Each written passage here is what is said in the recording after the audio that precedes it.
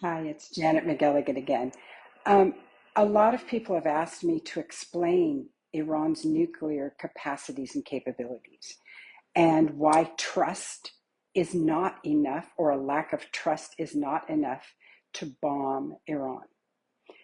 Trust is irrelevant. You have to look at their actual capabilities. So I'm going to explain this in terms of what the United States did in World War II. We had two bombs. We dropped a bomb first on Hiroshima, and the bomb that was dropped on Hiroshima was the was Little Boy, and Little Boy was not a little bomb. It actually weighed 9,700 pounds, and it was called a uranium gun bomb. And this type of bomb is enormous, which means that any kind of delivery capacity or capability isn't something that the Iranians have. The second kind of bomb was called Fat Boy, and Fat Boy weighed 13.6 pounds, and that was an implosion bomb of plutonium. So now let me tell you how this works in terms of what Iran has today. And I'm probably going to look at notes because it is pretty complicated and I want to get it right. So the Iranians, according to the United Nations and the United Nations nuclear group, said they have no system in place to create weapons.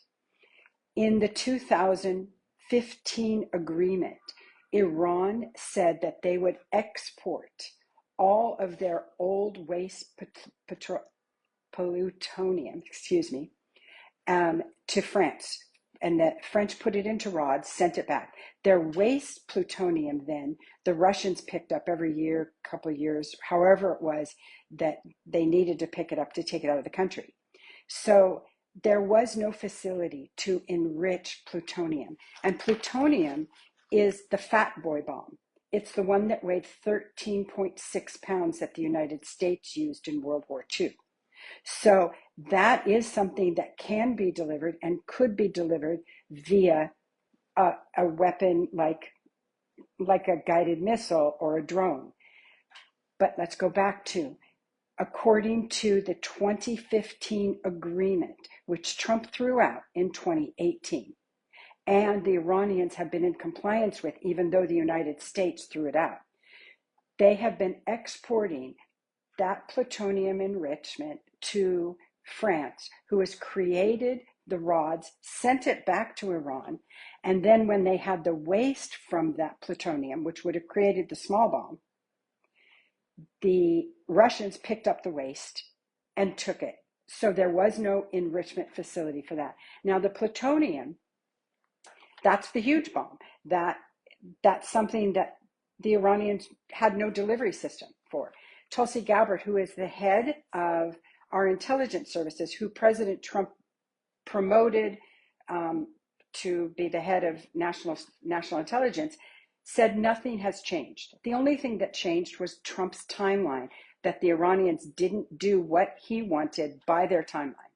And I used to work for George H.W. Bush, and I think it was W that used to call this method of a little tiny bit of intelligence shorthanding, because if you couldn't really explain what was going on, or you didn't have verification of what was happening, then you would just shorthand it as if everything should be understood, making people feel stupid if they didn't know and didn't understand. But if the Iranians were enriching their nuclear program to be 60%, it's 90% that needs a bomb. They would never have the capability of delivering a bomb. Maybe they would do it if they were using this as a method to negotiate and to get sanctions removed and to have money returned to them that was frozen. There's a belief, and it's an incorrect belief amongst most Americans, that we paid the Iranians to do certain things. That's not the case. We froze their money during the hostage situation under Carter. It was released, some of it was released when they signed this accord that Trump threw out. So this is a problem, unfortunately, that Trump created for himself to quote unquote solve. But instead of solving the problem, Netanyahu kissing his ass has gotten us to where we are. And I am calling for diplomacy because this doesn't make sense. And there's one more thing that we as Americans tend to forget. We got rid of Saddam Hussein. And when we got rid of Saddam Hussein, Iran was like, yeah, we don't need this weapons facility anymore. We don't need this. There was, and there has been, since the Iranian crisis where you went in and took the embassy and the Shah was overthrown and all that, there was this belief amongst the United States and the Americans that the Iranians are the bad guys. But the story and the history is much more complicated. It is much more complicated. Now with the Strait of Hormuz being shut down, we need diplomacy, and we need diplomacy now more than ever, because within a larger agreement, Iran is still complying. They are still abiding by the treaty that they signed, even though we threw it out. So all the Americans, and I come from a military family, I don't want to see any of my relatives go over and have their boots on the ground in Iran. And I don't think any American does. We've learned you cannot do this war just by dropping bombs.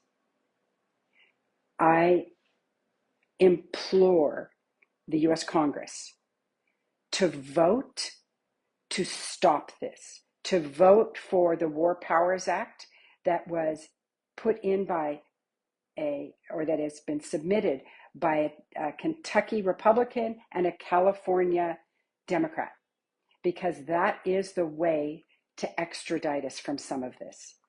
But let's do it before more innocent people are bombed, more innocent people lose their lives. This is not okay. Iran had no path to a bomb.